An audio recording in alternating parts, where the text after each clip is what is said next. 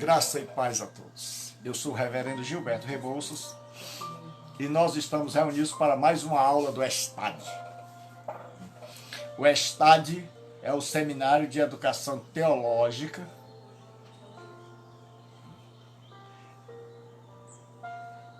e Seminário de Educação Teológica à Distância. É possível você fazer um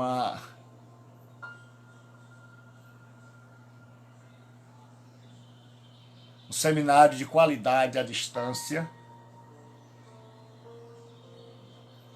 Então, aqui o nosso telefone 9203-7604.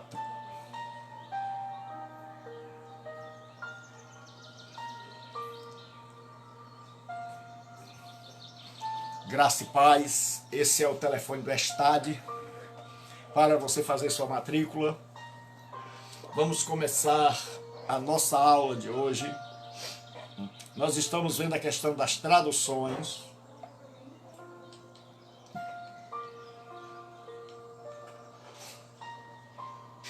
E nós vimos que, à medida em que o mundo vai se expandindo, alargando suas fronteiras, e o mundo é um mundo dinâmico, ele não é estático, não é parado, é um mundo que está sempre mudando, é sempre em movimento, sempre com língua nova, cultura nova, novos povos, e todos precisam serem alcançados. Estes que precisam ser alcançados precisam de uma tradução da Escritura. Então nós estamos estudando a tradução da Escritura, como é que a Bíblia sai lá de Jerusalém e ela chega a nós, e ela chega aos rincões da África, e ela chega à Ásia, e ela chega à Europa, e ela chega ao Brasil. Então nós estamos vendo que a Escritura Sagrada, ela foi originalmente escrita no hebraico, o Antigo Testamento. Aí surgiu a necessidade, porque o povo tinha aprendido aramaico lá na Babilônia, e quando voltaram para a sua terra, voltaram falando aramaico, então houve a necessidade de alcançar e discipular a nova geração. Para isso, começaram a traduzir para o aramaico, e essa tradução recebeu o nome de Targum, né? Que era explanação ou explicação. Então até que foram fazendo um Targum para todos, porque existiam vários Targums. E aí, quando Alexandre o Grande, o Império Greco-Macedônio, tomou conta do mundo, eu queria saber se o som, o fundo musical não está muito alto, aí se está normal, que alguém me dê um toque, feedback. Então o que acontece? Agora há uma necessidade de língua grega, então surge uma grande tradução, a tradução predileta dos cristãos, que é a chamada versão dos 70, certo? Que é LXX em algarismo romano, ou o seu nome, Septuaginta. E essa foi a Bíblia usada pelos cristãos e a Bíblia citada no Novo Testamento. Então nós vimos que com a expansão do Império Romano e a ascensão da língua latina, houve necessidade de se fazer uma tradução para o latim. E aí se chamou Antiga Latina. Mas cada bispo, cada pastor ia traduzindo a Bíblia de acordo com a sua comunidade. Então houve a necessidade de uma tradução, que foi feita por Jerônimo, lá na Palestina, e ele traduziu do hebraico e do grego para a língua latina. Então nós vimos que pela Septuaginta foram agregados os livros que nós chamamos apócrifos, e Jerônimo, quando traduziu os apócrifos com uma ressalva. Ele botou um bedelho, um sinal, e disse: o que daqui em diante escrevo não encontrei nos originais hebraicos, mas sim em língua grega. Então surgiu agora a Vulgata Latina. A Vulgata Latina é a Bíblia, certo? De Jerônimo, é a Bíblia da Igreja Católica, é a Bíblia predileta dos católicos. Aí nós vimos que surgiu a Bíblia, agora surge o mundo inglês, Deus sabe que a língua inglesa vai tomar o mundo, assim como a língua grega. Então começam-se a traduzir Bíblia para o inglês, porque à medida em que o mundo vai crescendo, todo mundo precisa ser alcançado pelo Evangelho. Porque a Bíblia tinha dito que o conhecimento do Senhor cobrirá a terra como as águas cobrem o mar. Então agora todos precisavam estudar a palavra, e a palavra precisava estar ao alcance de todos. Então homens e mulheres trabalharam de forma árdua e incansável para traduzir a Bíblia para nós. Aí nós vimos que John Wycliffe traduziu a Bíblia, e ele é chamado de estrela d'alva da reforma, porque ele começou a voltar a Bíblia. Ele disse que a igreja tinha que voltar a Bíblia, e ele foi morto porque traduziu a Bíblia. E nós vimos uma coisa horrível, que ele foi exumado, julgado, condenado e queimaram os ossos. Aí depois William Tyndale, esse também foi morto. E na hora que ele está morrendo, foi a nossa última aula, ele disse: Deus abra os olhos do rei, ou Senhor abra os olhos do rei. Aí em 1557, 1560, surgiu uma Bíblia em Genebra. Calvino foi para Genebra. Calvino era suíço, era francês, nasceu em Noyon, na Picardia, e era um estudante de Bíblia, bom estudante, mas ele só queria estudar a Bíblia. E Calvino foge porque ele escreveu as Institutas, ou seja, ele foi o primeiro a escrever teologia protestante. Então ele escreveu livros com as doutrinas da reforma. E ele escreveu em formato pequeno, que era para caber no bolso, para que a pessoa pudesse levar para onde fosse. E essas Institutas, até hoje, são famosas, porque foram as primeiras doutrinas que o protestantismo teve. Teologia sistemática. E aí Calvino foge, porque queriam matar Calvino na França, e quando ele passa pela Suíça, na Suíça tem um homem chamado Guilherme Farel, que está comandando a cidade. E Guilherme Farel pede que Calvino ajude. E Calvino diz que não, porque ele queria estudar a Bíblia, ele queria ir para a Áustria. E aí Guilherme Farel era aquele assim, radical, disse: maldita seja esse teu conformismo, essa tua indiferença. E aí Calvino pensa e resolve aceitar.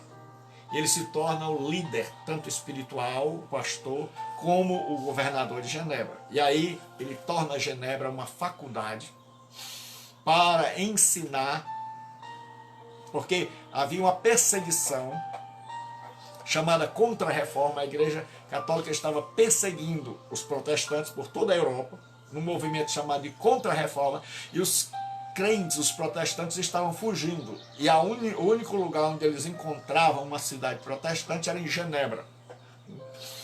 E muitos deles chegavam em Genebra só com a roupa do corpo. E aí Calvino foi quem inventou a farda escolar.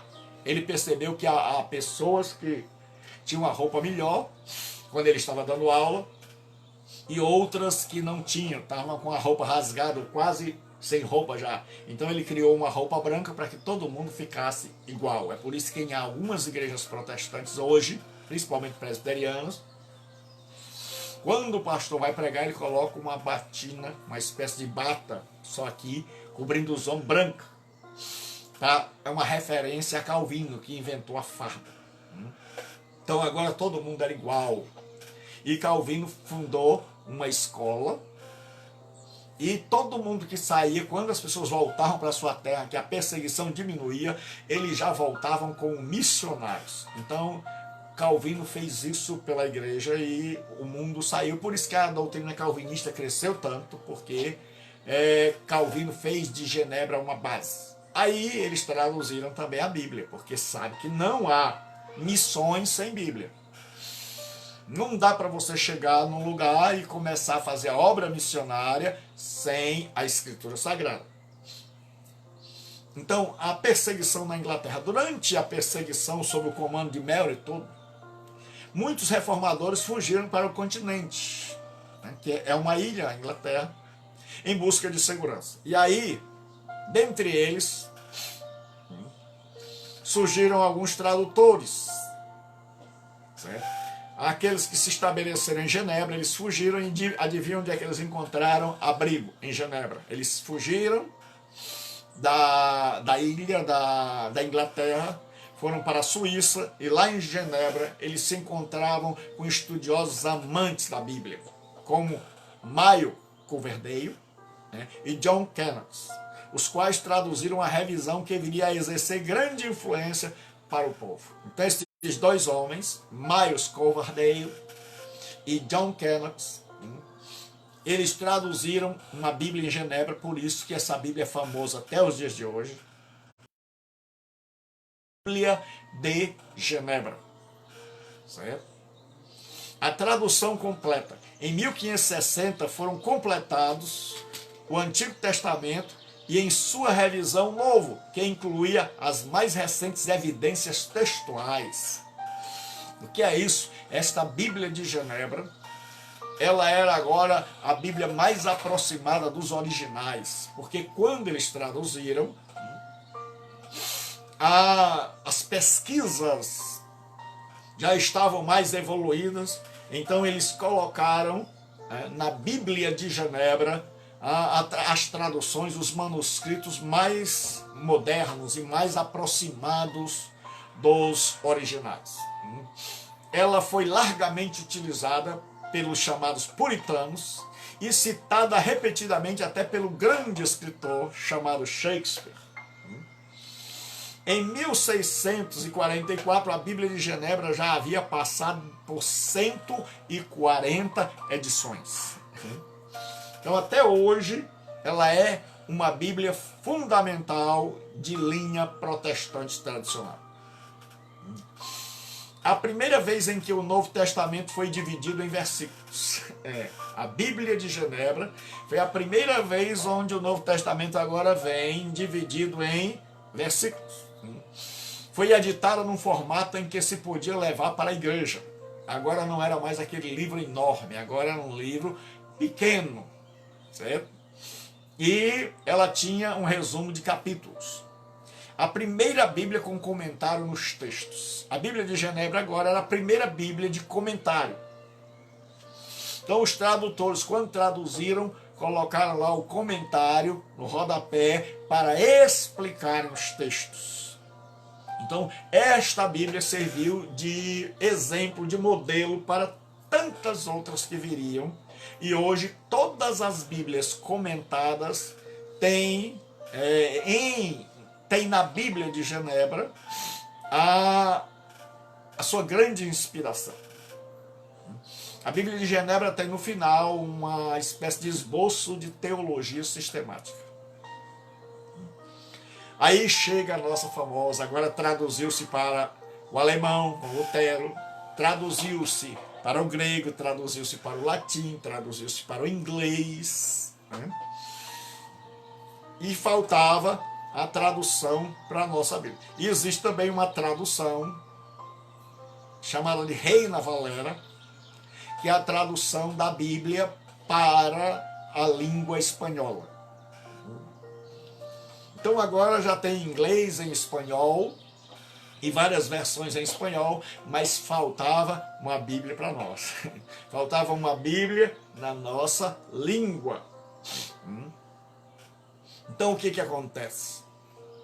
Quem traduziu a Bíblia na nossa língua, certo? A Bíblia preferencial, a Bíblia dos protestantes, foi João Ferreira de Almeida, certo? Ele nasceu em Torre de Tavares, nas proximidades de Lisboa. Ele era um pastor português, mas ele estava trabalhando na igreja reformada holandesa, que chamava seus ministros de padres, que é a palavra para pai, certo? Então é por isso que muitas vezes você vai ouvir alguém desinformado dizer, olha, não, quem traduziu a Bíblia dos pastores, dos protestantes, foi um padre. Não, foi um pastor, só que ele era da igreja reformada holandesa, ele era português, servia a Deus na igreja reformada holandesa, e esta tinha por hábito chamar seus pastores de pais. Certo? E Almeida agora estava trabalhando na Malásia.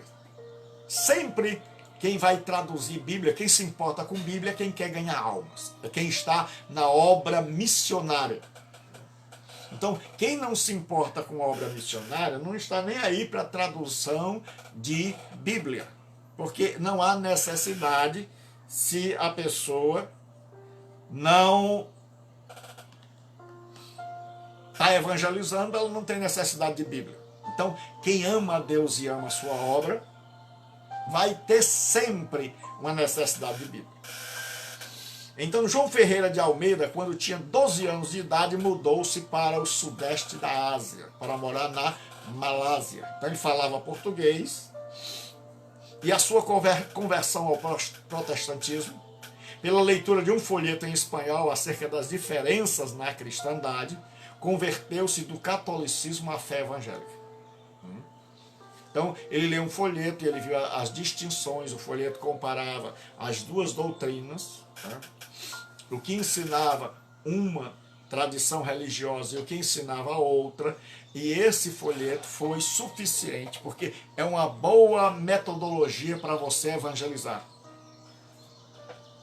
Ao invés de atacar as pessoas, ao invés de ofender as pessoas e de agredir as pessoas, mostrar na Bíblia o que as Escrituras dizem. O que a gente chama de estudo comparativo.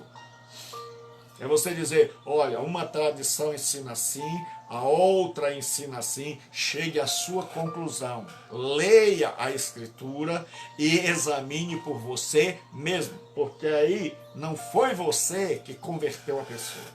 Foi a Escritura, pelo poder, foi o Espírito Santo, através da leitura da Escritura. Então, ela chegou à conclusão. Então, o que aconteceu? Esse homem, vendo essas duas comparações, ele abraçou a fé protestante. E aí ele começa uma obra de tradução. Ele sente que há uma necessidade da Bíblia, que até então tudo que se falava de Deus era em latim, na língua portuguesa, certo? Para os de língua portuguesa. Então ele começou a traduzir e ele sentiu a necessidade de traduzir o Novo Testamento, de começar pelo Novo Testamento. Toda tradução geralmente começa pelo Novo Testamento, certo? E em 1676, João Ferreira de Almeida concluiu a tradução do Novo Testamento. Agora, pela primeira vez, nós tínhamos a Bíblia em língua portuguesa. Aí ele pensou em traduzir o Antigo Testamento também. E ele iniciou essa tradução, mas ele morreu quando ele estava traduzindo o livro de Ezequiel, no dia 6 de agosto de 1691. Ele havia traduzido até Ezequiel 41, 22. Então ele já estava quase concluindo seu trabalho, mas aí ele veio a falecer em 1784, e 48, melhor dizendo, 1748. E aí os pastores amigos dele, Jacobus Oppen Acker, da Batávia, reiniciou o trabalho, interrompido por Almeida, e 5 anos depois, em 1753, foi impressa a primeira Bíblia completa em português em 2 volumes, o Antigo e o Novo Testamento. Aí essa versão se tornou a versão predileta dos povos de língua portuguesa. E aí ela foi sendo aperfeiçoada. A versão de Almeida passou por várias revisões. Aí ela passou a se chamar Ara, Almeida Revista e Atualizada, né, que é a Almeida Revista e Corrigida, Arca, Almeida Revista Corrigida e Atualizada, e aí todas as Bíblias protestantes, a grande maioria, vem da tradução de Almeida. Então a Bíblia agora chegou até nós. Então com isso nós respondemos a pergunta, como a Bíblia chegou até nós. Então nós vimos que a Bíblia foi escrita em hebraico para anunciar a salvação.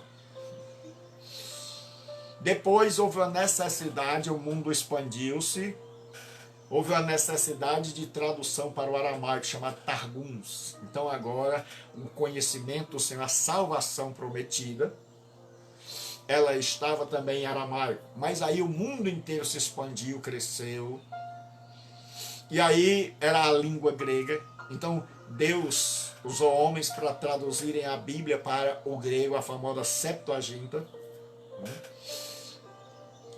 E aí, nesse tempo, foi que começaram a escrever o Novo Testamento. Então, quando começaram a traduzir as Bíblias agora, né, traduziram a Bíblia para o latim. Então, agora, o latim era a língua do Império Romano. Então, agora, todos os povos tinham a sua Bíblia. E aí, traduziu-se a Bíblia para o inglês, traduziu-se a Bíblia Reina Valera para o espanhol, né, que é a língua predileta dos espanhóis, a Bíblia predileta dos espanhóis, e aí faltava chegar a nós. Né? E aí um pastor português, né, foi morar longe, percebeu a necessidade de traduzir a Bíblia, e ele começou traduzindo o Novo Testamento, traduziu o Velho Testamento até Ezequiel, morreu, e os amigos dele concluíram a tradução. Para quê? Para que os protestantes pudessem pregar a sua palavra, a palavra de Deus, e tivessem uma Bíblia para ensinar aqueles que se convertessem. Então começaram as missões, e nos povos de fala portuguesa, agora tem uma Bíblia. Então a Bíblia chegou até nós. E a Bíblia chegou até nós por necessidade missionária, por visão missionária. Então nós vimos que pessoas deram sua vida para poder traduzir a Bíblia. Outros foram excomungados e queimados. Mas Deus fez com que a Bíblia chegasse até nós. Então eu espero que você tenha compreendido como é importante. E à medida em que os missionários estão indo para as tribos mais distantes, para as ilhas do Pacífico, lá eles estão traduzindo a Bíblia. E tem um livro aqui que eu sugiro, Até os Confins da Terra. Esse livro fala da obra missionária e de como homens, e você vai ver que ele é bem grosso, como homens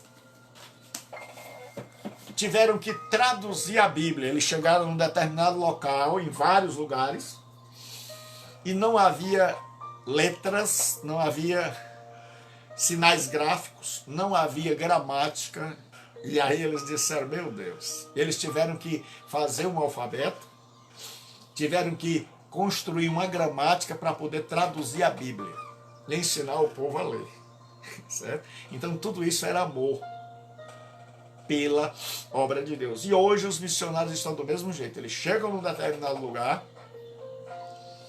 e aí eles têm que traduzir a Bíblia, certo? Antes de começarem a pregar, eles chegam numa determinada aldeia, num determinado país, lá nos confins da terra, e quando eles percebem que ali não existe nenhuma tradução, porque hoje as entidades missionárias e as SBBs, Sociedade Bíblicas, e outras, elas estão procurando os idiomas para traduzirem pelo menos o Novo Testamento, e hoje, em grande parte, mas ainda existe uma boa quantidade de pessoas que não têm, em sua língua nativa, uma tradução. Então, tem missionários que chegam e, antes de começar o trabalho, a primeira coisa, é traduzir a Bíblia. E aí, se Deus chamar como missionário e você não souber traduzir, tá ruim. Então é por isso que a gente tem que se preparar, porque eu não sei qual vai ser o meu chamado amanhã. Eu não sei se Deus vai me chamar para a obra missionária, porque todo servo de Deus não tem mais querer. Ele está nas mãos de Deus. Então, não tem farda, Tegas. Hoje não é do CETAD. Hoje é o curso aberto, certo? É o curso à distância. Hoje não é o curso do CETAD, certo? Hoje é o curso à distância, que é aberto, do mesmo jeito que o curso do CETAD, para que os amados irmãos possam estar lá, certo? Então hoje é o seminário teológico à distância, certo? Então, o que acontece? Nós já vimos como a Bíblia chegou até nós, né? E agora nós vamos caminhando para uma doutrina muito importante, que é a última que nós vamos estudar sobre as Escrituras, para começarmos já outra matéria. Hoje, irmãos, deixa eu fazer uma lembrança, foi bom o comentário do Tegas, que ele entrou já depois, e faz necessário entender que existem dois seminários que eu trabalho. Eu sou o coordenador e o professor, que é o seminário de educação teológica das Assembleias de Deus, que o Tegas é um aluno lá, certo? É muito querido. Então, estas aulas são quarta e primeira e terceira segunda-feira de cada mês. Nós temos agora o seminário de educação, o seminário teológico à distância, quer dizer, você que está me ouvindo pode fazer um seminário no interior, pode fazer um seminário em outro estado, pode fazer, você que não tem condição de sair de casa, você que quer ter a flexibilidade de fazer seus horários, de poder estudar, de poder ter aula ao vivo, e caso não possa ter aula ao vivo, por algum motivo você vai ter a aula postada no YouTube. Então tem aí o telefone, que eu vou pedir para alguém colocar de novo, né? Então esse é o seminário teológico à distância, certo? É o ESTAD.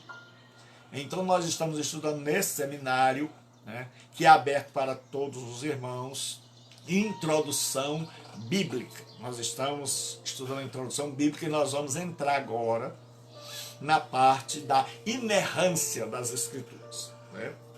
Então alguém, por favor, coloque aí o número 992037604. Então esse é o nosso telefone, é o WhatsApp. Você manda uma mensagem, porque as matrículas estão abertas. Se você foi abençoado, se você está sendo abençoado, nós temos aí irmãos maravilhosos que matriculam as pessoas, que chamam as pessoas, certo? Para estarem estudando a palavra de Deus, e que Deus os recompense de forma gloriosa. Então o que acontece? A inerrância das Escrituras. Nós estamos caminhando para o fim dessa disciplina. O que é inerrância? Certo? A grosso modo significa que a Bíblia não erra. Então, a doutrina da inerrância, porque muitos disseram que encontraram erros. E quando eu li a Bíblia, eu encontrei muitos erros, certo? Encontrei erros horríveis. Encontrei um monte de erro na Bíblia, mas os erros estavam em mim. À medida em que eu fui lendo a Bíblia, eu fui descobrindo um monte de erro, mas em mim. Eu descobri, a Bíblia, ela revela, ela tem um monte de erro para revelar, mas são os nossos. O grande problema é que tem gente que vai para a Bíblia procurando encontrar erro na Bíblia. É aquele tipo de gente que olha para a vida alheia. Mas quando eu li a Bíblia, e quanto mais eu leio, mais eu descubro que Deus é bom e eu sou ruim. Então, nós vamos ver as definições que os teólogos nos dão sobre inerrância. E tem um teólogo que eu gosto muito, chama-se Millard Erickson, ele diz assim: a Bíblia, quando corretamente interpretada, preste bem atenção, a Bíblia, quando corretamente interpretada. Porque muitas vezes nós interpretamos a Bíblia corretamente e é isso que dá. Então, tem que ser corretamente interpretada, de acordo com o nível a que a cultura e os meios de comunicação haviam chegado na época em que foi escrita e de acordo com os propósitos a que foi destinada. É plenamente fidedigna em tudo que afirma. Então vamos analisar a definição de inerrância. Inerrância, a grosso modo, Deus abençoe, Messias, Deus abençoe, meu.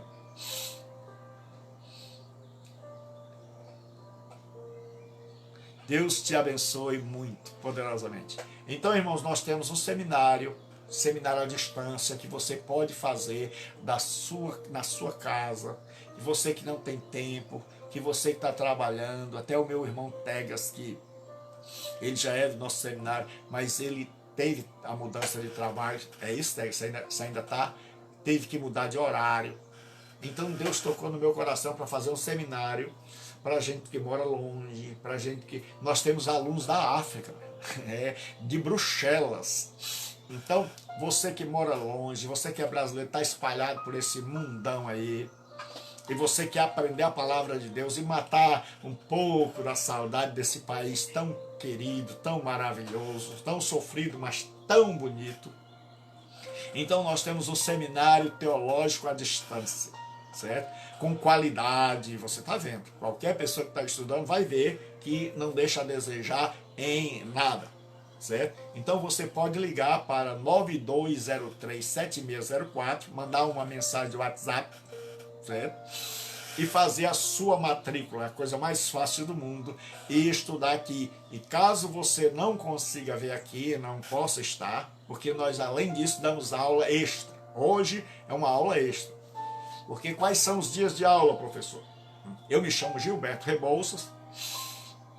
Há 30 anos que eu trabalho com aulas, e pastoreando igrejas. E o que acontece? As aulas fixas, os dias são toda quinta às 20 horas. Então toda quinta tem a aula do Estade. Toda quinta. Tá aí, nós temos o irmão César, lá de Tejuçoca. Não é brincadeira não. É crente, certo? Deus abençoe a você, a sua família, a esposa, as filhas, netos. Deus abençoe todos, a família maravilhosa aí do irmão César, sua esposa, suas filhas. Deus abençoe a todas, né? Então, o que acontece? Você pode estudar conosco. Você que mora longe, você que não tem condição. Olha, irmão, quero dar um testemunho a respeito do irmão César. O irmão César vinha todos os dias para aula, lá de Tejuçuoca, e chegava aqui, em Fortaleza, primeiro do que muitos crentes que moravam aqui. E depois ele saía cerca de mais ou menos quase, a aula terminava meio-dia, e ele voltava para Tejuçuoca. Então, é querer estudar. E ele foi um dos que me motivou, certo? Eu vi muita gente com sede de estudar e que não tinha acesso, porque não tinha tempo. O capeta se move de todo jeito, tira a pessoa do emprego, bota em outro horário. E aí eu disse, eu vou botar agora. Aí a gente grava as aulas, bota lá no YouTube. Se você não puder assistir ao vivo, você pode assistir lá no YouTube. E se você não puder, não aprendeu de uma vez, né? Assiste, porque vai estar lá no YouTube. O preço é acessível, bem acessível, para que todos possam, certo? Então, nós temos sido procurados. Tem um irmão outro irmão aí, amado e querido, enviou, e ele me ligou da África, dizendo, pastor, eu quero estudar. Eu digo, já está matriculado, meu irmão. Teve outro que ligou de Bruxelas, né? Então já está matriculado. Tem gente de Portugal, já está matriculado aí no nosso curso, certo? Então você que mora longe, não importa onde você mora, não importa se é longe, se chega lá, a internet, nós estamos com a palavra de Deus, porque é Deus. Porque, meus irmãos, eu sinto poderosamente a unção de Deus para ensinar como nunca nesses dias de pandemia. Eu senti um chamado de Deus como nunca havia, tão forte, para realizar esta obra. E Deus tem confirmado. Deus tem, e se você quiser, você que já é aluno, nós temos aí o irmão Fabiano que deu um testemunho lindo. Então, se você quiser, deixa o teu testemunho ali para servir de incentivo para outro. Diga assim, olha, o que aconteceu comigo ao fazer o seminário? Porque tem gente que pensa que seminário esfria. Aqui você está pegando fogo, porque meu irmão, eu estou sentindo a graça de Deus, certo?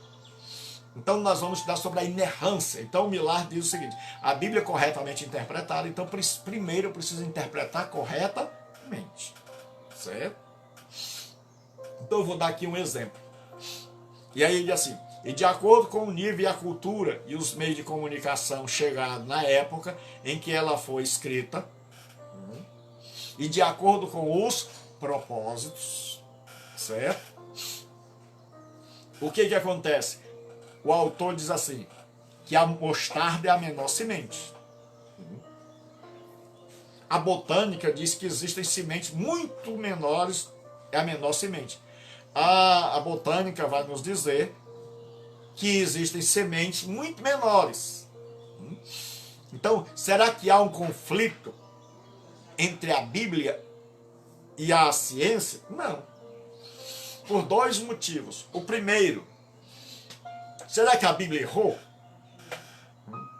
Será que a ciência agora desmascarou a Bíblia? Que a Bíblia é um livro que tem erros? Então a resposta são dois motivos. Primeiro, quando a Bíblia fala de grão de mostarda como a menor de todas as sementes, está falando de menor de todas as sementes conhecidas na Palestina. Então, tem que saber o contexto. Jesus, quando ele pega, ele sabe que dentro da Palestina, o povo não tinha feito botânica para saber que em outros países havia sementes minúsculas, certo? Então, o que eles conheceram, Jesus falava na língua do povão, é que a menor para eles, para quem? Para o povo da Palestina. Era a menor semente. Então ninguém questionava isso. Então quando a ciência percebeu isso, já voltou atrás. Epa, não é assim não, a gente... Porque julgam a Bíblia sem conhecer. Segunda coisa, é que quando você vai ler a Bíblia, principalmente no original grego, a palavra lá não tem o artigo. E quando o grego quer... Todo texto em grego tem artigo. Toda palavra em grego tem artigo. Exceto quando você quer indefinir. Porque no grego só tem o, a, os, as.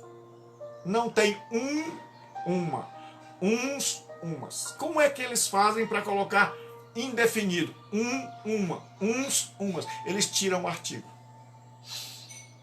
Então, no texto grego, em muitos manuscritos não tem artigo.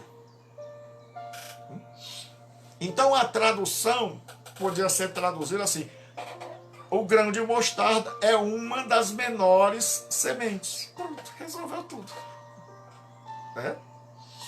Então, quando a gente traduz por a menor das sementes, a menor da Palestina e a menor conhecida. Então a Bíblia não tem erro, certo? Quando corretamente interpretada.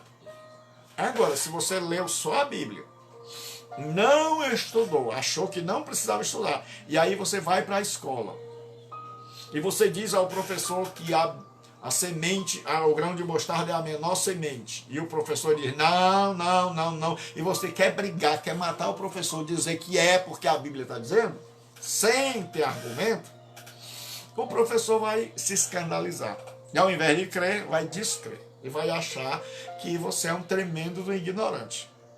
Agora, quando o professor vem cheio de si, querendo zombar do aluno que está ou recuperando o tempo perdido, já é adulto, estudando, ou ele é um rapaz, ou é um filho de um crente que explicou. Porque quando você ensina seus filhos, o negócio é sério. Eu sou professor de hebraico e de grego e eu ensinei pelo menos o alfabeto para minha filha, para minhas filhas, né? E a minha filha mais velha sempre me ouvia, né, falando em grego, citando o alfabeto. E um dia ela estava em sala de aula e o professor metido a besta foi dar aula de matemática, né, e botou um lambda no lugar do pi. Ele queria botar um pi, que é um P, botou um L. E aí ele disse, pessoal, essa letra aqui, na língua grega, é um pi. A minha filha disse, professor, desculpe, mas isso aí não é pi, não, isso aí é lambda. O professor é arrogante, disse, quer saber mais do que eu, menina? Que sou o professor aqui. Ela disse, o senhor ensina o quê? Ele disse, eu sou o professor de matemática, você não está vendo? Ela disse, mas meu pai é professor de grego. E dos 3 tipos de grego, ele domina 3. O senhor quer que eu traga ele aqui para explicar ao senhor que isso aí não é um pi? Isso aí é um lambda? Ele disse, desculpa, seu pai é professor de grego. Certo? Então ensine seus filhos. Ensine em casa, traz a família, aproveita. Né? Você paga uma e leva a família toda. Certo? Então, todo mundo aprende. Isso, Deus te abençoe. Certo? Então o que acontece? Você ensina seu filho. Você aprende, aí o professor chega todo arrogante e diz, olha, a Bíblia é um livro cheio de erros, que caducou. Aí você pergunta, por quê, professor? Não, é porque diz que a menor semente está aqui no livro, que existem várias sementes. Aí você diz, professor, era a menor semente da Palestina e a menor semente conhecida. E na língua grega, professor, em muitos manuscritos está indefinido. Então a tradução era para ser assim, uma das menores. Então qual das 2 explicações o senhor quer? Aí ele vai murchar, acho que aqui tinha ali no cantinho dele.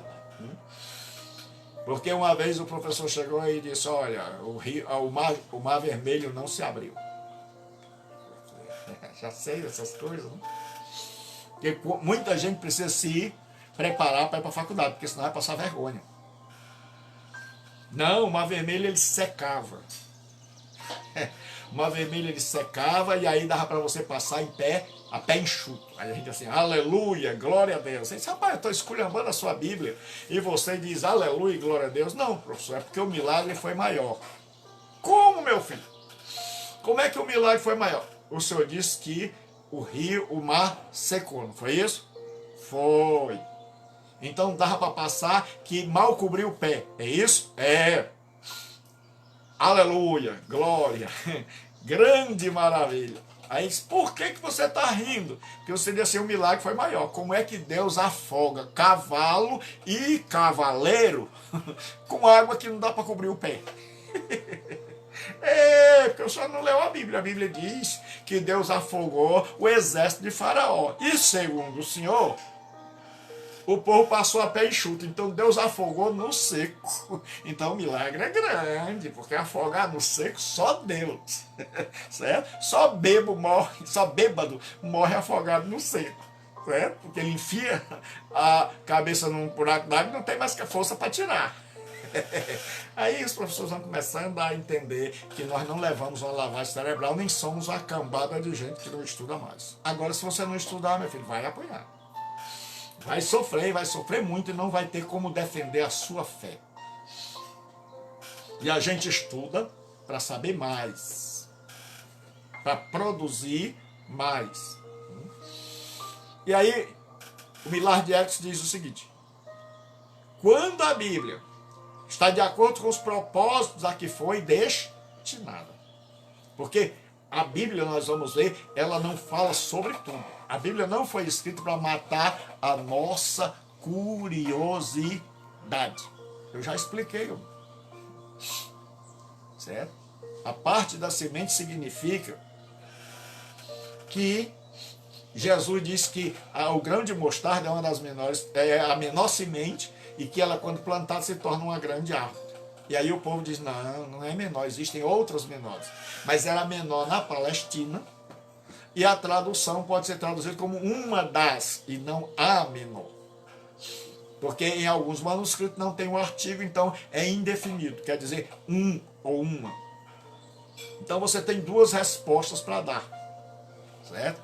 Não deu para entender, Tegas? Bota aí o ok e fica alerta, que eu já expliquei isso 2 vezes. Vamos lá. Nós estamos falando de inerrância, então esse foi apenas um exemplo. Certo? Outra definição é a do Wayne Grudem, que eu também gosto, diz assim: por inerrância das escrituras, entende-se que as escrituras nos manuscritos originais não afirmam nada contrário aos fatos. Por quê? Porque muitas vezes o que acontece é uma tradução mal feita. Por exemplo, uma vez eu peguei uma tradição religiosa, eu não gosto de citar nome, é aquela que crê que Jesus é uma criatura, que nós vamos morar na terra. E a pessoa chegou para mim e disse: olha, o senhor crê que em Provérbios 8 está falando da sabedoria? Eu disse: creio. Ele disse: e o senhor sabe que a sabedoria é Jesus? Eu disse: sei. Ele disse: pois então eu vou mostrar para o senhor que Jesus foi criado. Eu disse: mostra. Muito obrigado por mostrar. E aí ele pegou o texto e disse: eu, a sabedoria, fui criada. Eu disse: olha, rapaz, que coisa, que interessante. Tem hora que a gente tem que ser irônico. Aí eu disse: que interessante, a sabedoria foi criada. Só que o verbo no hebraico dá várias traduções. E o tradutor, quando traduz, ele traduz a primeira que está lá. E deixa para eu e você interpretarmos. A Bíblia precisa de interpretação.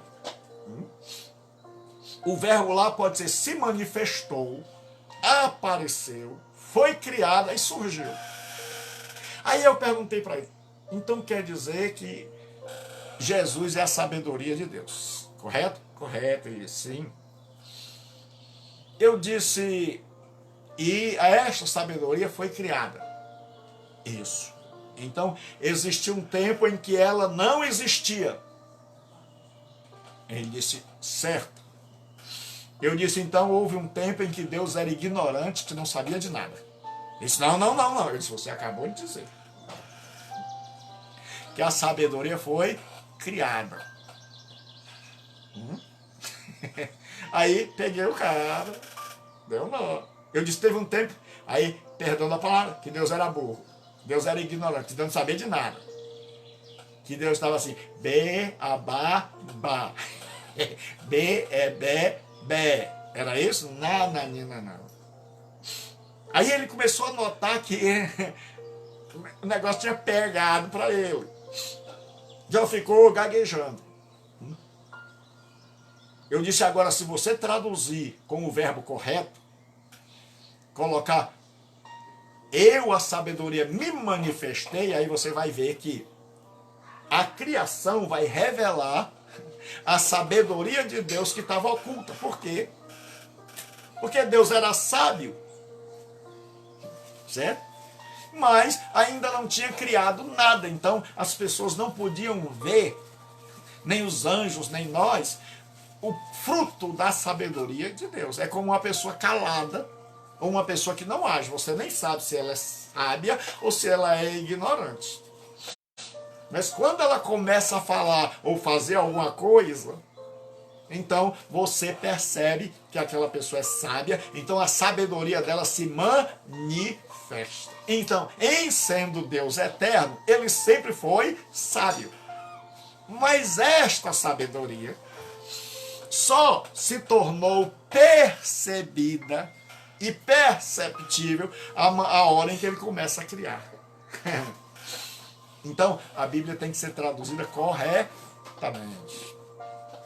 Certo? Então, é por isso que a Bíblia está sempre recebendo correções, para que a gente possa interpretá-la. Você vai ver Almeida, revista atualizada, não sei mais o que, porque às vezes a pessoa traduziu e a tradução dava. Eu tenho um colega que eu nunca vou esquecer, um amigão. Nós estávamos fazendo pós-graduação em grego clássico, lá na UFC, e um dia nós fomos traduzir um texto, e era um texto sobre florestas, né? Na Grécia Antiga, e tinha lá a palavra ornites, de onde vem ornitologia. Ornites é pássaro, é cigarras. Então, há uma variedade de coisas que você pode traduzir. Então, você quando vai lá para o léxico, ou para o dicionário, um dicionário bom, aí ele vai dizer assim, cigarras, pássaros. Mas a primeira tradução, a primeira palavra que tem é galinha. Aí esse colega meu que ele gostava de traduzir, a primeira coisa, se olhar o contexto, ele traduziu galinha. Né? Aí tinha assim, pássaros, tinha galinha, pássaros. E a outra palavra era cigarras. Aí, quando ele pediu, o professor disse assim, agora cada um de vocês vai ler a sua tradução. Ele colocou, as galinhas e as cigarras cantam suavemente sobre a copa das aves, das árvores na floresta. Todo mundo riu. Nem o professor se aguentou. O professor disse, onde é que tu já viu galinha cantando suavemente no alto das árvores? Esse professor está aqui no dicionário. O professor disse, meu filho, mas você não pode pegar a primeira. Você tem que ver qual destas opções se adequa no texto. Está no alto da árvore, bem alto, cantando suavemente. Aí ele disse, é verdade. Então, muitas vezes na tradução, a gente pega a primeira palavra e vê que ela não tem nada a ver com o contexto. Então, é por isso que a gente precisa, num seminário de valor, ter pelo menos noções de grego e de hebraico. E se você tem chamada para ser professor ou pastor, você tem que conhecer língua original. E conhecer manuscritologia, que é o estudo dos manuscritos. Porque às vezes a gente diz assim, está no original. Em que original? Certo? Porque lembre-se que o que nós temos hoje são cópias. E tem cópias que são uma bênção, e tem cópias que já foram rejeitadas porque estava cheia de erro. Então você tem que saber de onde é que você está traduzindo. Certo? Então o Wayne Grudem diz assim, quando ela é corretamente traduzida. Por exemplo, vou lhes dar um exemplo.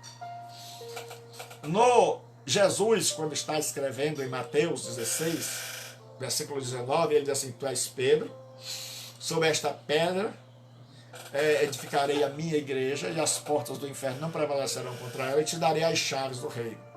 Tudo que ligares na terra será ligado no céu. Tudo que desligares na terra será desligado no céu. Então, o verbo auxiliar, ele está, é o que no grego a gente chama de perfeito perifrástico.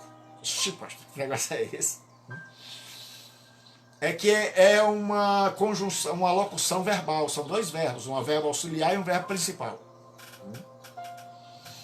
Então, muita gente traduz o verbo principal baseado no auxiliar, que é o verbo esontai. Então, será ligado e será desligado. Então, a ideia é que nós ligamos aqui e Deus lá em cima diz assim, amém, vocês fazem aí e eu dou um jeito aqui. Mas quando você vai lá e você pega o verbo principal, o verbo principal está no perfeito, passado. Então você tem que fazer uma tradução do chamado perfeito perifrástico, que é traduzir de um modo que passe a ideia de tempo passado. Aí hoje, se você pegar várias Bíblias, pega aí várias Bíblias, eu tenho 72 aqui no meu computador, você vai ver que as Bíblias mais atuais traduziram por terá sido. Tudo que ligares na terra terá sido ligado no céu. Tudo que desligares na terra terá sido desligado no céu. Aí não é a igreja fazendo aqui e Deus lá no céu dizendo amém. Não. Tudo que a gente faz é porque Deus já determinou lá em cima. Se a gente traduz a Bíblia, é porque já era a vontade de Deus. Se a gente prega, abre um novo trabalho, implanta uma nova igreja, já era a vontade de Deus. Então não é a igreja que dá ordem e Deus faz assim. É Deus, aí você vai ver como muda tudo. Certo? Então, se você pegar a chave linguística de grego do Novo Testamento, ele vai dizer, não é Deus fazendo os desejos da igreja de Deus na terra, mas é a igreja levando avante a vontade de Deus sobre a terra. Então não é a nossa vontade, não é assim, vamos nos unir aqui, vamos determinar, porque a Bíblia diz o que nós ligamos, então tá ligado, não é assim não, só tá ligado aqui se já tiver ligado lá, só se cumpre aqui se Deus já tiver determinado lá. Então vai fazer toda a diferença na hora da interpretação. Então agora nós vamos ver, nós já dissemos que inerrância significa que a Bíblia não tem erro, a grosso modo, certo? E nós vamos ver os vários conceitos de inerrância, porque quando a gente vai falar a Bíblia é inerrante, ela não erra, aí a gente tem que saber o que se está querendo dizer com isso, certo? Existe a chamada inerrância absoluta, é a primeira, sustenta que a Bíblia, que inclui análises bem detalhadas de assuntos científicos e históricos, é totalmente verdadeira. Então essa é a chamada inerrância absoluta. Diz que tudo que a Bíblia diz, mesmo que sejam questões de ciência, ela é completamente inerrante. Surge uma nova maneira de interpretar o que se quer dizer por inerrância bíblica. É chamada de inerrância plena. Certo? Também sustenta que a Bíblia é completamente verdadeira. Apesar de o objetivo principal da Bíblia não ser prestar informações científicas ou históricas. As declarações científicas e históricas que ela fornece são completamente verdadeiras. Então já há uma mudança aqui de compreensão. Primeiro, sustenta que tudo que a Bíblia diz é verdade. Segundo, ela diz que o objetivo da Bíblia não é falar de ciência. Então quando Deus mandou escrever a Bíblia, ele mandou falar do plano da salvação, certo?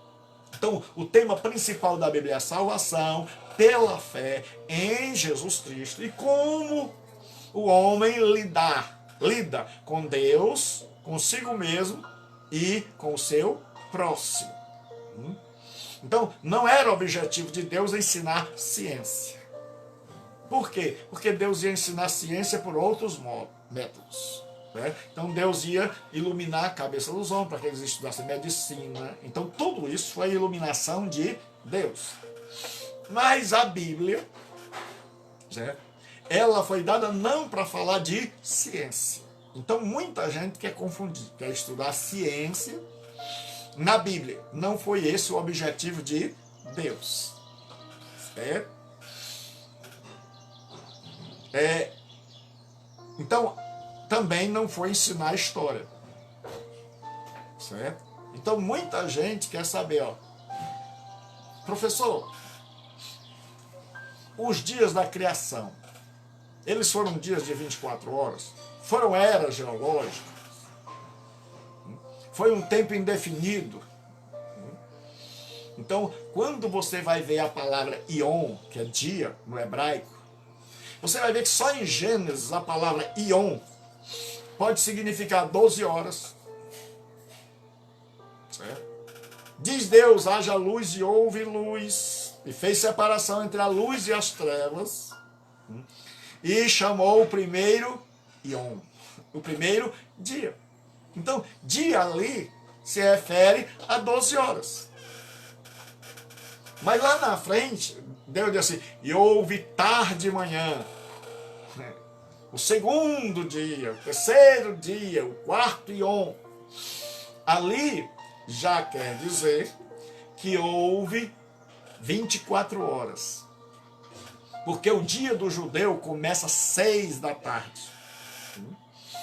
O dia do judeu vai de 6 às 6. Certo? Então, de 6 da manhã às 6 da tarde é a parte do que eles chamam a parte luminosa. E a noite vai de 6 da noite às 6 da manhã. E a noite era dividida pelo judeu em 3 vigílias de 4 horas. E depois pelos romanos no dia de Jesus começava 6 de 3 horas. O judeu dividia em 4, o romano dividia em 6. Então você tem que saber se o autor está pensando com a cabeça romana ou com a cabeça judaica. Neném, precisa estudar bastante. Não dá para imaginar que já sabe tudo. Só porque você já leu a Bíblia todo ano, uma vez. Certo? Então tem que estudar, tem que gostar de ler. Então os romanos dividiam, o judeu dividia em 4 horas. Então eram 3 vigílias. 6 mais 4, 10. Primeira vigília. Mas no Império Romano era de 6 às 9 a primeira, de 9 às 12 a segunda, de 12 às 3 a terceira e de 3 às 4, às 6, a quarta vigília. Então quando Jesus vem, diz que ele vem na quarta vigília, ou seja, ele vem entre 3 e 6 horas da manhã. E ele vem no final da vigília. Aí por isso inventaram vigília a noite toda, porque pensaram que vigília era a noite toda. Porque nunca souberam que vigília era o nome que o judeu e o romano dava a períodos da noite. Então ele dizia assim, a noite começava às 6h01. Por isso que os adventistas não trabalham depois de sexta-feira, 6h01, porque 6h01 já é sábado. Então o que acontece? Lá na Bíblia vai falar agora da tarde e da noite. Da noite e do dia. Então agora é um dia de 24 horas. Mas aí lá na frente, a Bíblia diz no dia que Deus criou tudo. Ou seja, um tempo indeterminado, porque ninguém sabe quanto tempo Deus levou para criar, para descansar, para santificar. No mínimo ali, um dia quer dizer 7, porque se nós traduzirmos literalmente o texto hebraico, Deus criou em 6 e descansou no 7. E aí você percebe que só no primeiro capítulo o dia pode se referir a 12 horas, pode se referir a 24 horas, ou pode se referir a um determinado, obrigado, Sulu, a um determinado período de tempo. Então, pastor, como é que a gente faz? Ler a Bíblia com responsabilidade. Ler a Bíblia prestando atenção. Ler a Bíblia sem ler por cima. Ler a Bíblia prestando atenção, fazendo anotações. Espera aí, eu não entendi aqui. A Bíblia diz que houve luz, dia. Aqui houve tarde, manhã, dia. Aqui diz, no dia em que Deus terminou tudo. Então ele levou 6 dias para terminar. Que história é essa? Aí você vai procurar agora entender. Então, um dos grandes problemas é esse, é que a gente não entende. E primeiro, a gente tem que entender qual é o objetivo, como disse aqui. Qual era o objetivo do autor ao escrever? Não era da ciência. Quando a gente quer entender a Bíblia, tem que saber qual era o objetivo do autor. Então, quando o livro do Gênesis vai ser escrito,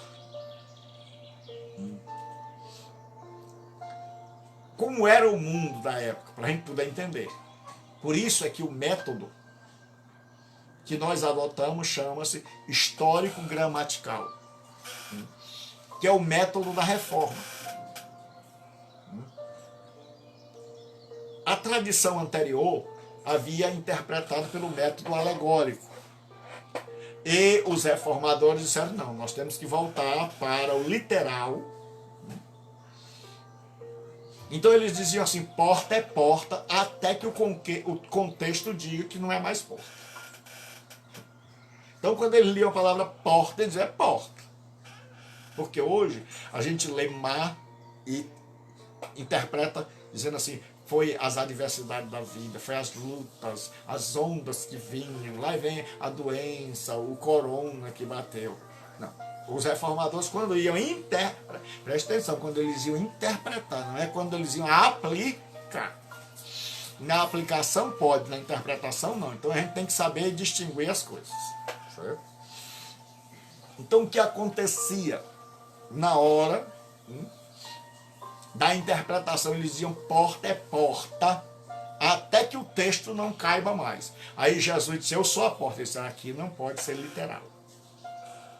Aqui é figurado. Então eles começaram a interpretar a Bíblia literal, e quando não dava para interpretar literalmente, aí eles iam e sabiam que existia dois sentidos, o literal e o figurado. Então quando eles iam ler a Bíblia, eles procuravam saber, esse texto aqui está falando de forma literal, o autor tinha em mente falar que Jesus é uma porta literal, dizer não, fica claro.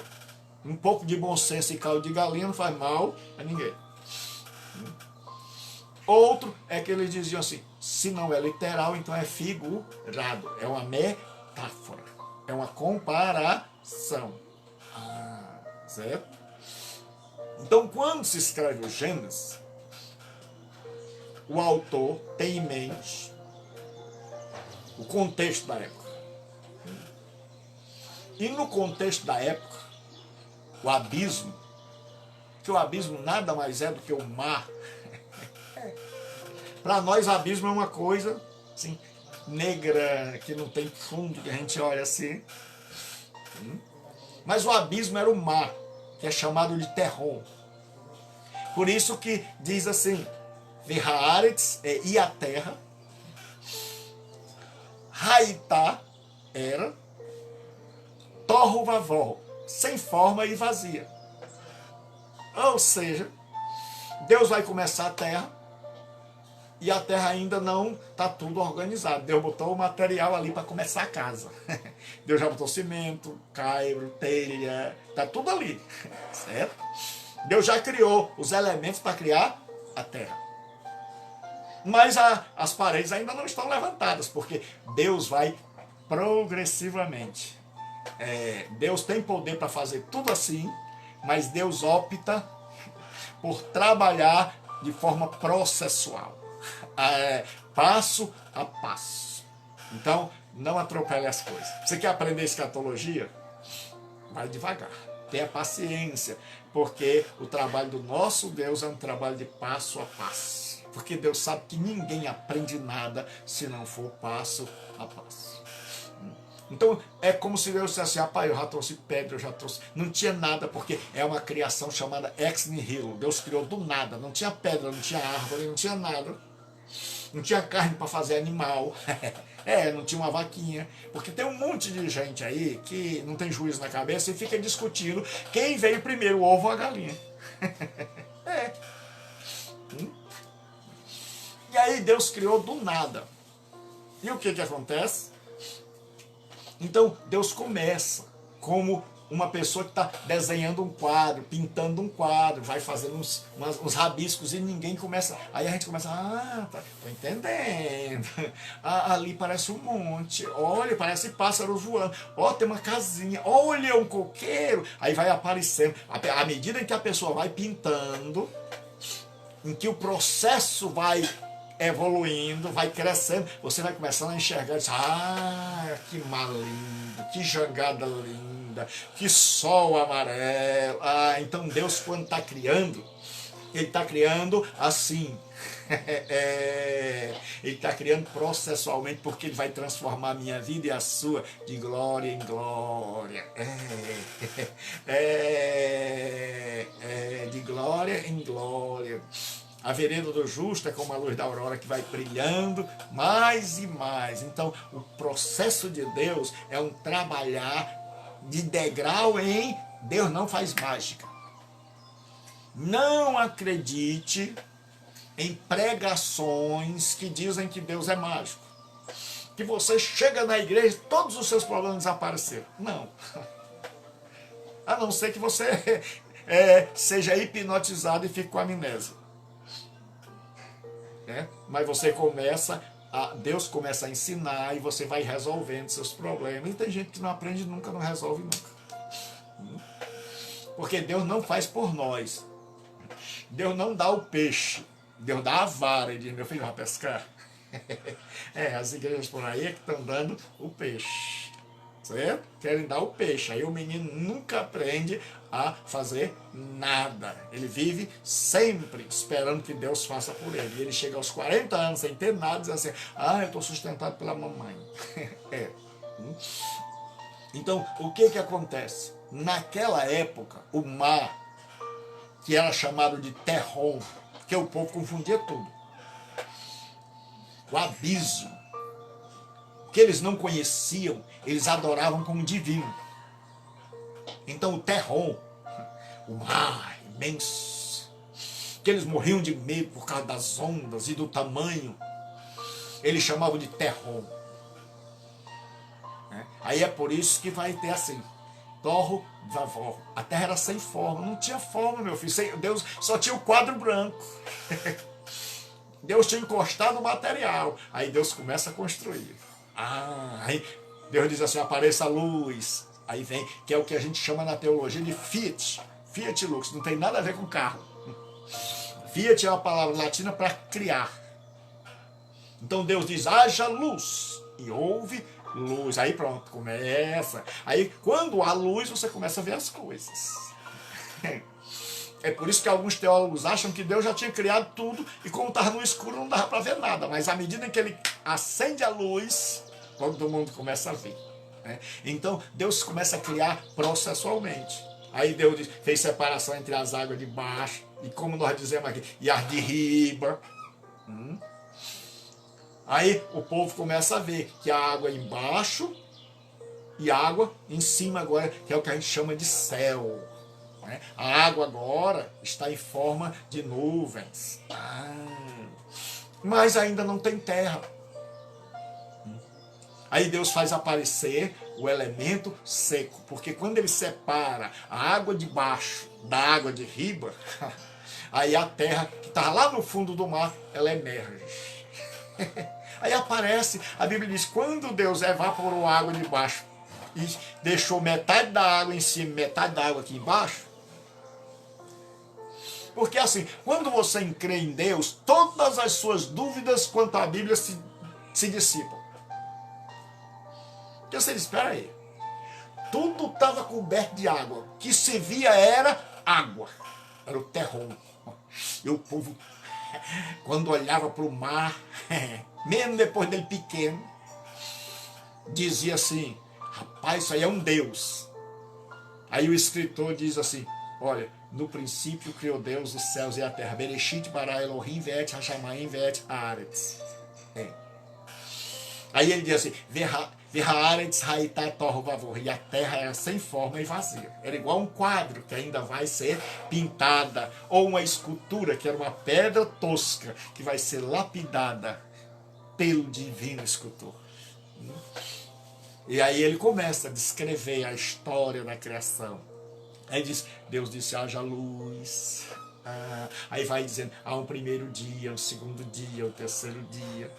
Aí você vai ver que no primeiro dia ele diz, haja luz. Lá no quarto ele diz assim, e aparecem os grandes luminares. E não chama nem de sol e de lua. Pastor, por que não chama sol e lua? Porque o povo adorava o sol e a lua como se fosse Deus. Eram dois deuses, um deus macho e um deus fêmea. Aí o livro do Gênesis vai dizer, rapaz, não, Deus não dá nem nome.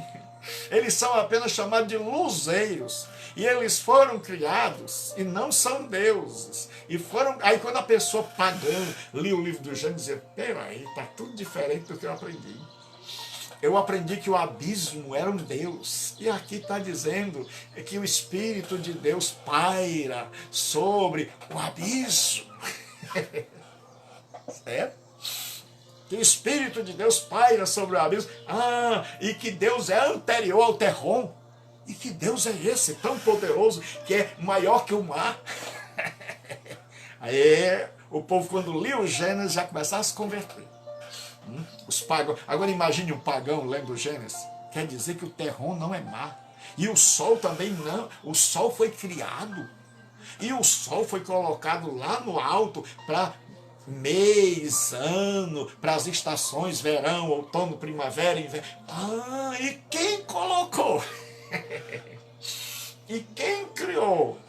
Aí diz assim, rapaz, a gente imaginava, porque o autor está dizendo, se vocês imaginavam que o abismo era grande, você imagina quem criou. Se vocês imaginavam que o sol era um deus e a lua uma deusa, agora vocês imaginem quem criou esse deus e essa deusa. Aí a Bíblia Sagrada diz que Deus separou as águas de baixo, que era tudo mar, que não tinha elemento seco, não tinha 5 continentes, era só água.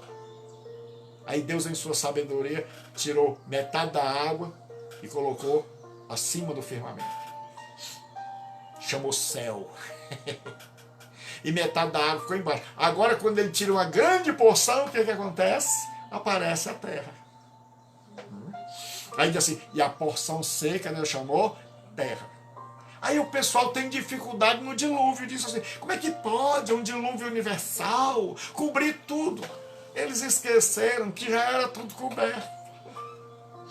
Foi Deus que organizou, diz, metade da água que era lá em cima. E evaporou, ficou lá em cima. Metade da água que era aqui embaixo. E agora só com a metade da água apareceu o quê? A porção seca, que nós chamamos terra. Então, se Deus fez isso, na hora que Deus quiser, ele desanda.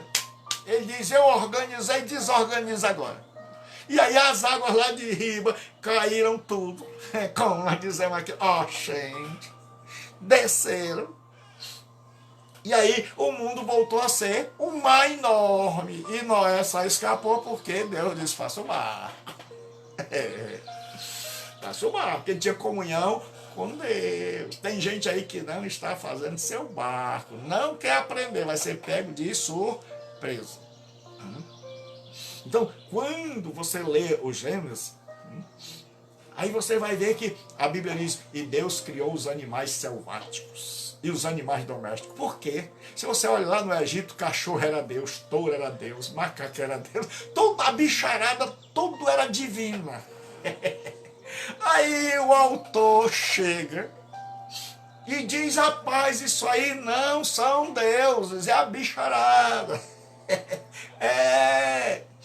O autor diz assim, tudo isso aí é criação de Deus. Aí o povo, quando lia o Gênesis, dizia assim, rapaz, eu quero conhecer esse Deus. Porque até então eu adorava o cachorro, o touro, o touro do Egito. Eu adorava o mar. Aí eu imaginava que o sol era grande. Eu imaginava que a lua era uma divindade. Puxa vida, existe alguém maior? Existe alguém que criou todas estas coisas? Aí, meu irmão, quando a pessoa lia isso, queria saber quem era. Aí, pronto, bastava o livro do Gênesis para evangelizar os pagãos. Aí a pessoa chegava para qualquer judeu habilitado na escritura, na Torá, e dizia assim, rapaz, até ler esse livro aqui, por isso que eu digo, a Bíblia é o livro mais perigoso do mundo. Eu vou botar umas mensagens agora assim. Bíblia, encontrei um monte de erro nela. Certo? Ao lê-la, encontrei um monte de erro. Aí a pessoa vai lá em mim. Quando eu li a Bíblia, encontrei um monte de erro em mim. E eu vou botar assim, Bíblia, um livro perigoso, o livro mais perigoso da terra, porque se você ler, você pode se converter. Você vai mudar, você vai deixar de adorar o mar, a lua. Tem um bocado de besta aí da novela, da Griselda, que eles vão bater palma pro sol. Eles chegam lá, aí, palma pro sol. Aí quando você se converte, você sabe que o sol é apenas criação de um Deus superior, de um Deus tremendo. Aí você não confunde mais Deus com bicho, bicho com Deus. Você sabe que o nosso Deus é infinitamente maior. Aí você só tem uma coisa, se converter a Ele. Então, que Deus abençoe. Certo? Então, não esqueça de se matricular. Se você quer estudar, quer aprender, se matricule, certo? Se matricule. É um preço que todo mundo pode. Tá aí o telefone, 9203-7604, 9203-7604. Você pode fazer sua matrícula. Você já viu como é a aula? Certo? Então nós vamos na próxima aula terminar a doutrina da inerrância, se Deus assim permitir. E nós vamos começar 2 doutrinas ao mesmo tempo. Porque a nossa aula é toda quinta às 20 horas. E na segunda-feira e quarta segunda-feira de cada mês. E aí quando tem um sábado ou uma segunda-feira a mais, eu resolvo oferecer uma aula extra. Porque esses alunos aqui são as bênçãos, maravilhosas, pessoas amadas. Então eu quero me gastar para ensinar você. Porque nós precisamos fazer a obra de Deus e nós precisamos conhecer. Nós precisamos chegar numa faculdade e dizer, professor, o senhor está falando do Gênesis, o senhor conhece o Gênesis, professor? O senhor sabe, você vai ver quando você estudar lá o Êxodo, que o tabernáculo... Deus mandou fazer o tabernáculo de costa para o sol. Por quê? Porque o povo adorava o Shemesh, que era o sol. O povo adorava o sol e Deus disse, eu não dou nem bola para o sol.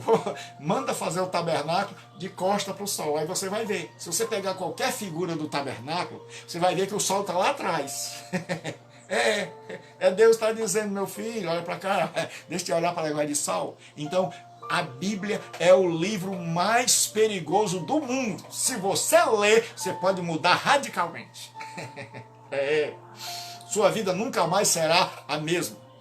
Agora, cuidado com São Tichico 2, versículo 3, Tichico 2, versículo 4. Leia a Bíblia. Tim Paulo, Tim Pedro, Jesus Cristo. Deus abençoe. Deus dê uma boa noite.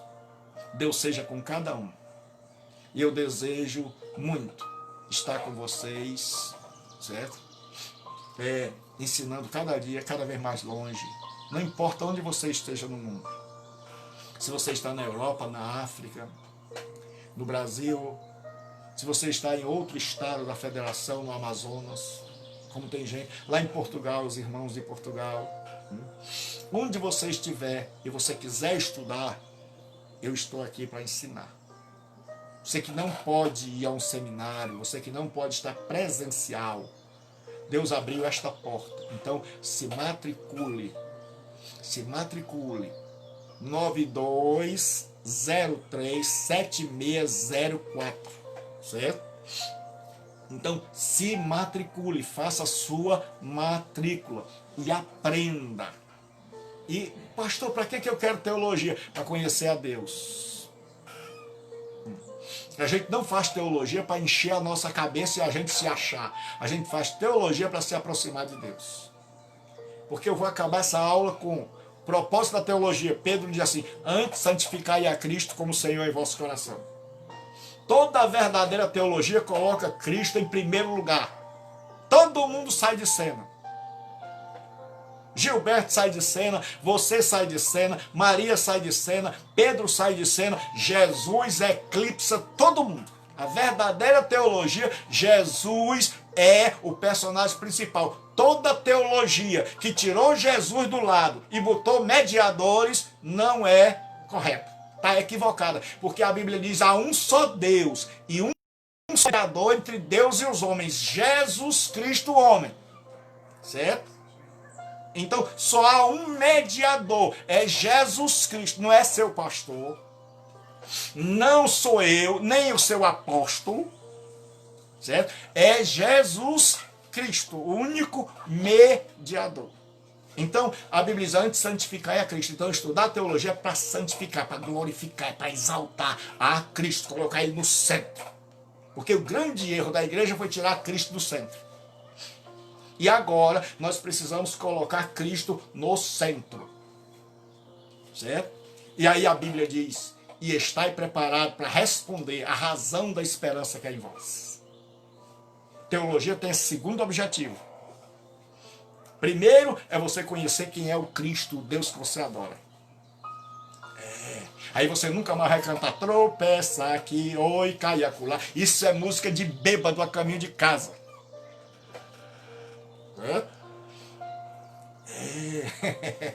Gostou, não foi? Então, o que acontece? Você vai conhecer a Cristo e responder com razão as perguntas que fazem acerca da nossa fé. Então, que Deus abençoe, se matricule. Os vídeos são postados no canal do YouTube. O canal é Gilberto Rebouças. Você pode ir lá. Então, depois deixa aí teu número. Deixa aí o teu testemunho. Você que é abençoado, meu irmão. Que eu povo para ter preguiça de escrever. Vocês soubessem quanto eu tenho que escrever. Então, deixa aí o teu testemunho. Em rápidas palavras assim, ó. Mas faça o seminário que vale a pena. O que eu mudei? O que abençoou a minha vida? Agora, se a sua vida não mudou em nada, pode ficar quieto. Certo? Porque teologia não é para encher cabeça. Teologia é para encher coração. Para amar Deus. E para estar pronto para responder a qualquer um que desafiar a nossa fé. Porque nós não vamos converter todo mundo. Mas nós temos que saber fundamentar a nossa fé. Por que nós cremos e por que nós defendemos isso. Então amanhã. Então hoje, você que ainda não é seguidor da página, segue. Segue a página, por favor.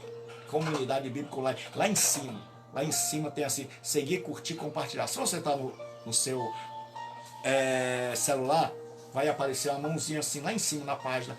Basta clicar nela. Você já é um seguidor. E lá no canal do YouTube, tem lá, quando você abre lá, você bota Gilberto Rebouças, vai aparecer assim, inscreva-se. É só você clicar, não precisa fazer mais nada. Clicar. E eu quero pedir aos alunos do ESTAD, Seminário Teológico à Distância.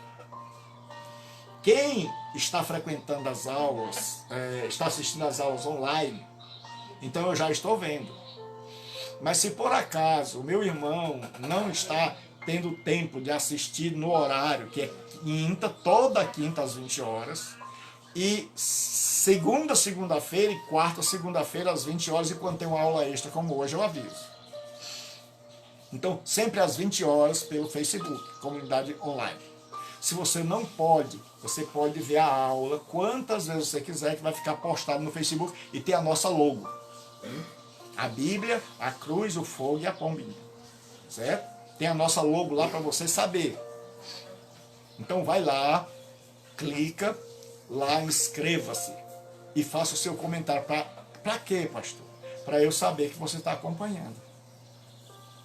Porque no final, meu irmão, como é que eu vou dar um certificado a você de conclusão de curso se eu não tenho noção de como? Porque como é que eu vou acompanhar?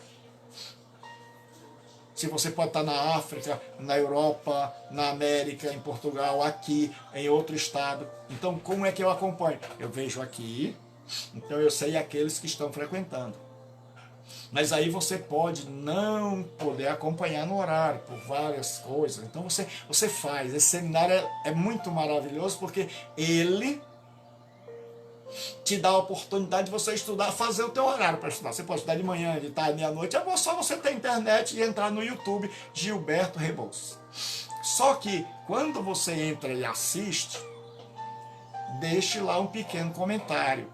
Para quê? Para que eu saiba que você não está assistindo aqui, online, certo? Ao vivo, mas você está acompanhando as aulas pelo YouTube. Você está dizendo assim, olha, professor, eu não tive tempo, eu tive muitas coisas para fazer, não deu para assistir ao vivo, certo? Mas eu estou assistindo lá, não pense que eu sumi, que eu desapareci, não.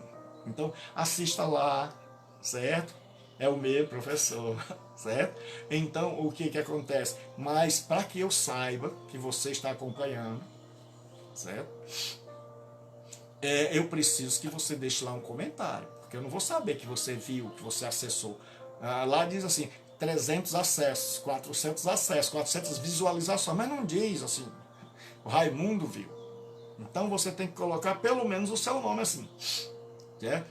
Então tenha lá, primeira aula, aí você assiste a primeira, esta aula que a pessoa não assistiu, né? Aí você já avisou a pessoa, quando assistir lá no YouTube, bota assim, eu assisti, né? Gilberto Rebouças assisti a aula. Para quê? Para que eu saiba. Então amanhã, às 10 da manhã, se Deus permitir, nós estaremos começando o livro de Jonas, comentado o livro de Jonas. Certo? Quem está na escola bíblica online não está perdendo nada, está sendo super abençoado.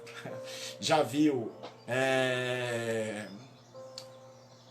Abacuque, já viu Malaquias, tá uma benção, certo? E quem não faltar na escola bíblica e aprender os livros, quando a gente for estudar esses livros, vai ser uma benção. Vai ser uma benção, porque ele diz assim, rapaz, já aprendi, só vou tirar 10. Certo? E amanhã, às 10 da manhã, por esse mesmo canal, essa mesma página no Facebook, às 10 da manhã, e às 20 horas e 45 minutos. Que horas, professor? 20 horas e 45 minutos. Aí eu já não estarei mais como professor, estarei como pastor, pregando a palavra de Deus, do Cristo, do Evangelho sobre o racismo.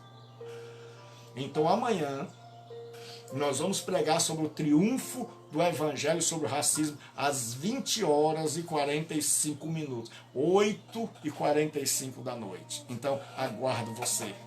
É o tempo que você chegou da sua igreja, certo? Então dá tempo. Então até amanhã, Deus abençoe, fique com Deus e ore por mim. Deus te abençoe, Deus te seja contigo. Amanhã não perca, 10 da manhã, Jonas. Vamos saber quem é Jonas. E amanhã à noite vamos falar sobre o Evangelho e o racismo. Não perca. E divulga aí, por favor, deixa teu comentário. Irmãos, eu vou terminar com uma palavra.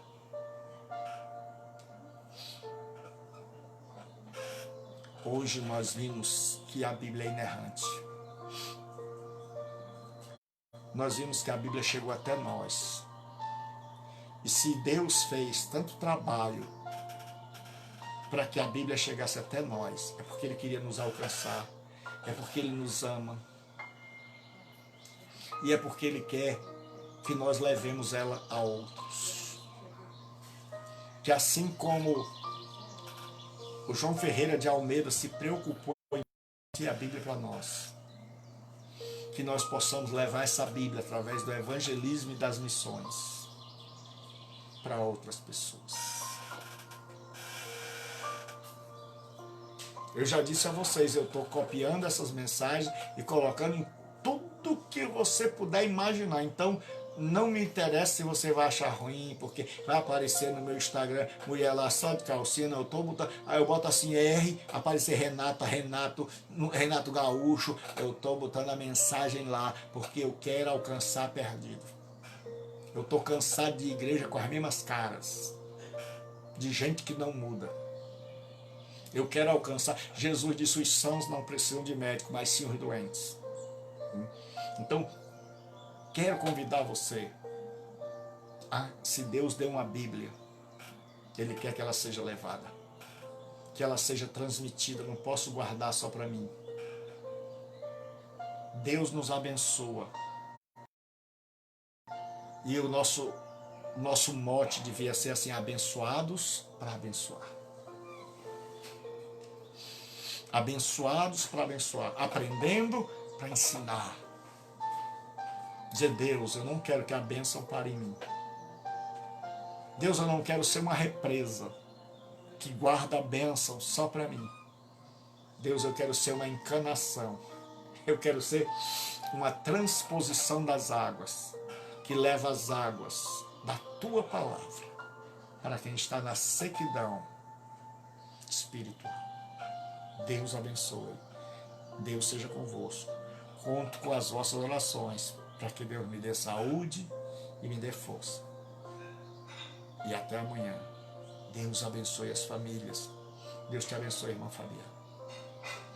Todos vocês, Fabiana e irmã Kelly, foram presentes de Deus na minha vida. Cada irmão, esse Gilberto, que tem um nome lindo. Pai, teu nome é muito bonito. Cada irmão que esteve aí hoje, ouvindo.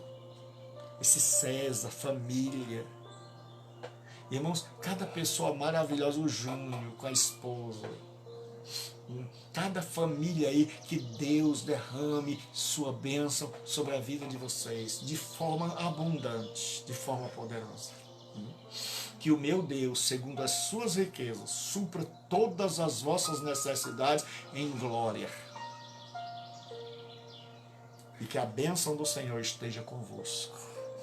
Que o Deus das santas e eternas promessas e infalíveis, que o Deus eterno, que o Deus que é maior do que o terrom, o abismo, que o Deus que ao sol e à lua chama de apenas luminares, que o Deus que aos animais chama de répteis e aves, animais selváticos e animais domésticos, que o Deus que está acima da criação, que o Criador, o Elohim, nos abençoe a todos, em nome de Jesus Cristo.